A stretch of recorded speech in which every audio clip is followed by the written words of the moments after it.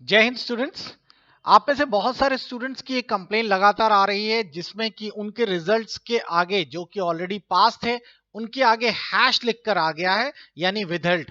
क्या है ये मतलब? आज इसी पर हम लोग बात करने वाले हैं। अगर आप लोगों ने अभी तक पुराना चैनल ही सब्सक्राइब कर रखा है, दैट इज गुड।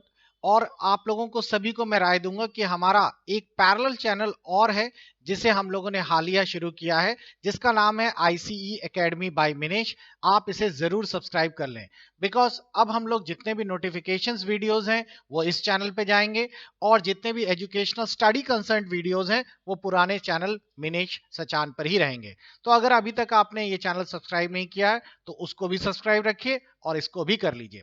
चलिए आप बात के मुद्दे पे बात करते हैं। हुआ ये कि प्रयागराज के कई ऐसे स्कूल्स में पाया गया जो कि वहां पर इरेगुलरिटी से, पहले तो पूरा इस मेल का जवाब समझ लीजिए।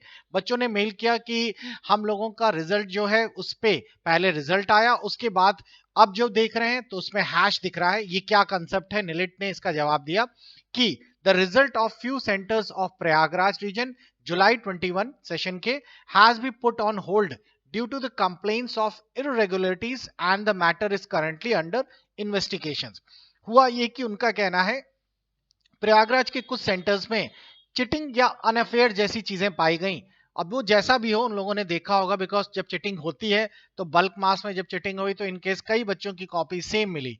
जैसा भी था, इरेगुलरिटीज का मतलब यहीं से भी है।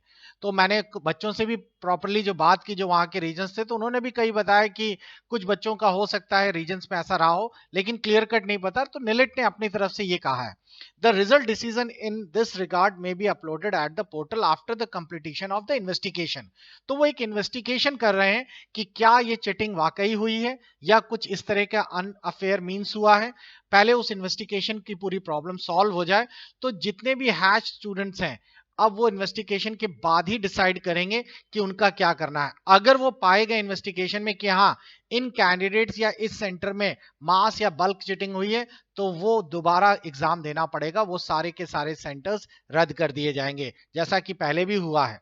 और अगर कोई पर्टिकुलर सेंटर्स सही है, ऑनेस्ट है, कोई प्रॉब्लम नहीं है, उनका रिजल्ट डिक्लेयर कर दिया जाएगा। तो ये अभी एक तरह से डिलेमा है, कुछ फाइनलाइज नहीं है कि हाँ, अब ये वेट कर लीजिए आप लोगों के सेंटर्स में क्या हुआ था, ये चीज निलिट फाइनलाइज करेगा। अब इसमें एक कहावत सामने निकल कर आती है कि गेहूं के साथ घुन भी पिस जाता है। कई सारे बच्चे मेरे से कह रहे हैं कि सर, हमने तो चीटिंग नहीं की, हमारे ऑफिस या हमारे पर्टिकुलर सेंटर पे चीटिंग हो रही थी, लेकिन हमने पेपर ऑनेस्टली दिया था। तो बच्चों, अब वो बात तो सही है, लेकिन ये चीज नेलेट डिसाइड करेगा। वेट कर लीजिए उनके डिसीजन का। उन्होंने जैसे बताया है कि यहाँ पर रिजल्ट का डिसीजन उनके पोर्टल पर अपलोड होगा।